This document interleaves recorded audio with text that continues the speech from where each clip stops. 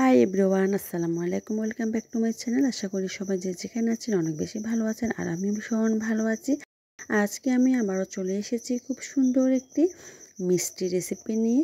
আশা করি আপনাদের অনেক উপকারে আসবে। খুব সহজে পানির মতো সহজ করে দেখানোর চেষ্টা করেছি। আজকে একটু ভিন্নভাবে আমি এই কালোজাম মিষ্টিগুলো আপনার সাথে শেয়ার করব। ছোট থেকে বড় যে কেউ কিন্তু এইভাবে ট্রাই করলে সবারই মিষ্টি 100% পারফেক্ট হবে ইনশাল্লাহ। একদম 100% পারফেক্ট রেসিপি নিয়ে চলে এসেছি। আমি সব সময় চেষ্টা করি বেছে বেছে 100% একদম পারফেক্ট রেসিপিগুলো আপনার সাথে শেয়ার করি। যেই রেসিপি আমি পারফেক্ট হই না ওই রেসিপি কিন্তু আমি কখনো আপলোড করি না। তো এই মিষ্টির টেক্সচার দেখে নিশ্চয়ই বুঝতে পারছেন, কালারটা দেখে নিশ্চয়ই বুঝতে পারছেন কতটা পারফেক্ট হয়েছে। একদম 100% পারফেক্ট, রসে ভরা রসালো টইটুম্বুর কালোজাম মিষ্টি। খুব সহজে আপনারা বেকিং পাউডার ছাড়া বানিয়ে নিতে পারবেন। আমার চ্যানেলে আরও অনেকগুলো মিষ্টি রেসিপি আছে, ওই রেসিপিগুলো আপনারা দেখে আসতে পারবেন। একদম 100% পারফেক্টলি আমি তৈরি করেছি। আর কিছুদিন আগে আমি একটা রসমালাই রেসিপি শেয়ার করেছি, ওই রেসিপিতেও কিন্তু আপনারা সবাই 100% পারফেক্ট হবেন। এর যে টেক্সচারটা দেখুন মিষ্টিগুলোর কতটা সুন্দর হয়েছে, রসে কতটা টইটুম্বুর হয়ে আছে। তাহলে চলুন আমরা রেসিপিতে চলে যাই। তো এখানে একটি শুকনো বাটি নিয়ে নিয়েছি, মেজারমেন্ট কাপের হাফ কাপ নিডো ব্র্যান্ডের গুঁড়ো দুধ নিয়ে নিয়েছি, হাফ কাপ ময়দা অ্যাড করে দিচ্ছি। এখানে কিন্তু আটা দিয়ে হবে না। তারপর 3 চিমটি হচ্ছে এখানে আমি সোডা অ্যাড করে দিচ্ছি, এটা কিন্তু বেকিং পাউডার না, সোডা। তারপর 1 টেবিল চামচ সয়াবিন তেল অ্যাড করে দিয়েছি। আপনার সাথে ঘি অথবা বাটার ওখানে অ্যাড করতে পারেন, তবে তেল দিয়েও কিন্তু হবে, যেটা হচ্ছে কুকিং অয়েল আর কি, রান্নার তেল। তো হাত দিয়ে এভাবে ঘষে ঘষে খুব ভালো করে মিক্স করে নেওয়ার পর যখন হাত দিয়ে মুট করবেন এইভাবে দলা পেকে যাবে, তখন বুঝতে হবে যে হয়ে গেছে। তো এখন এখানে আমি রুম টেম্পারেচারে থাকা গরুর দুধ দিয়ে হচ্ছে এইভাবে ডোটা মেখে নিচ্ছি। তো আমি কিভাবে মেখে নিচ্ছি স্কিন একটু দেখলে আপনারা বুঝতে পারবেন। এটা কিন্তু অনেক বেশি চেপে চেপে কিন্তু মেখে নেওয়া যাবে না, একটু আঠালো করে কিন্তু এই ডোটাকে মেখে নিতে হবে। এই যে দেখুন মেখে নেওয়া হয়ে গেছে। আর কিভাবে আমি কতটা আঠালো রেখেছি তো আপনারা একটু দেখলে বুঝতে পারবেন। তো এখানে আমার আরও 1 টেবিল চামচের মতো দুধ রয়ে গেছে, ঢাকনা দিয়ে ঢেকে আমি রেস্টে রেখে দিচ্ছি। তো এদিকে হচ্ছে আমি শিরাটা তৈরি করে নিচ্ছি। তো সেজন্য 1 কাপ চিনি, 3 কাপ পানি দিয়ে 2টি এলাচ দিয়ে যখন একটা বলক এসে গেছে ঢাকনা দিয়ে ঢেকে এক পাশে রেখে দিচ্ছি। তো এদিকে হচ্ছে আমরা মিষ্টিগুলো তৈরি করে নিচ্ছি। তো এইভাবে হচ্ছে আপনারা সবার আগে শিরাটা তৈরি করে রেখে দিবেন। তো একটা মিষ্টি আমি এভাবে করে তৈরি করে আপনাদেরকে দেখিয়ে দিচ্ছি। একদম স্মুথ করে কিন্তু তৈরি করে নিতে হবে। মিষ্টির গায়ে যদি কোনো ধরনের পাটল থাকে বা ক্র্যাক থাকে তাহলে কিন্তু মিষ্টিগুলো যখন আমরা ভাজবো তখন ফেটে যেতে পারে। তো এইভাবে করে সবগুলো মিষ্টি বানিয়ে নেওয়া হয়ে গেছে। চুলায় একটি প্যান বসিয়ে একটু ডুবো তেল ভেজে নিতে হবে। তো একটু বেশি পরিমাণে কিন্তু তেল ইউজ করতে হবে এই মিষ্টিগুলো ক্ষেত্রে।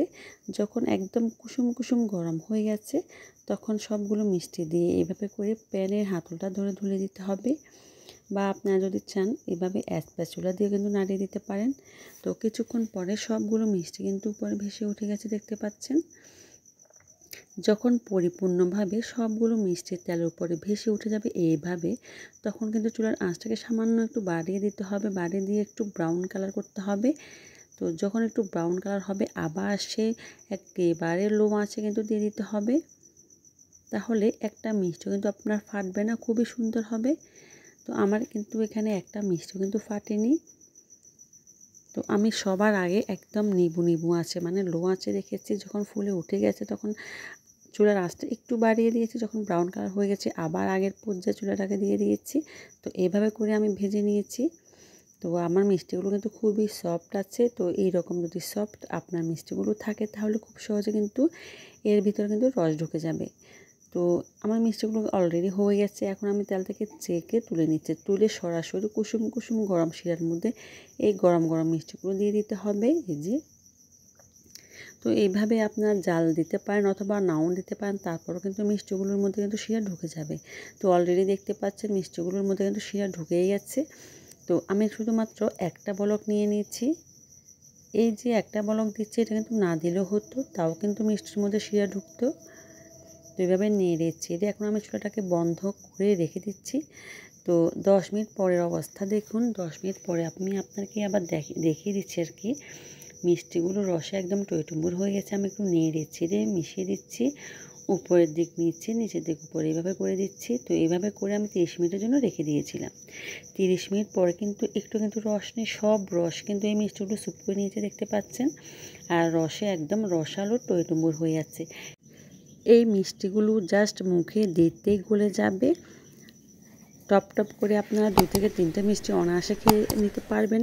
আমি খুবই অল্প পরিমাণে চিনি দিয়ে এই মিষ্টিগুলো তৈরি করে নিয়েছি। আপনারা চাইলে চিনির পরিমাণটা আরও হাফ কাপ বাড়িয়ে দিতে পারেন।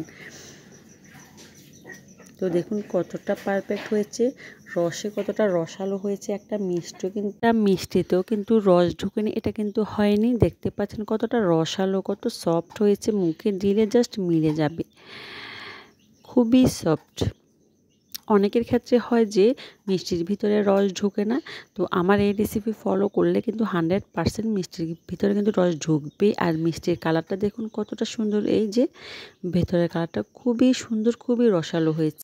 একটি মিষ্টি আপনাদেরকে কেটে দেখিয়ে দিয়েছি, আশা করি আপনারা বুঝতে পেরেছেন কত সফট হয়েছে। যে ভিতরের টেক্সচারটা দেখুন, খুবই সুন্দর হয়েছে, খুবই সুন্দর। সোডা দিয়ে যে এত সুন্দর মিষ্টি হয়, এই রেসিপি ট্রাই না করলে বুঝতে পারবেন না। আজকের মতো এখানে বিদায়, আসসালামু আলাইকুম, আল্লাহ হাফেজ।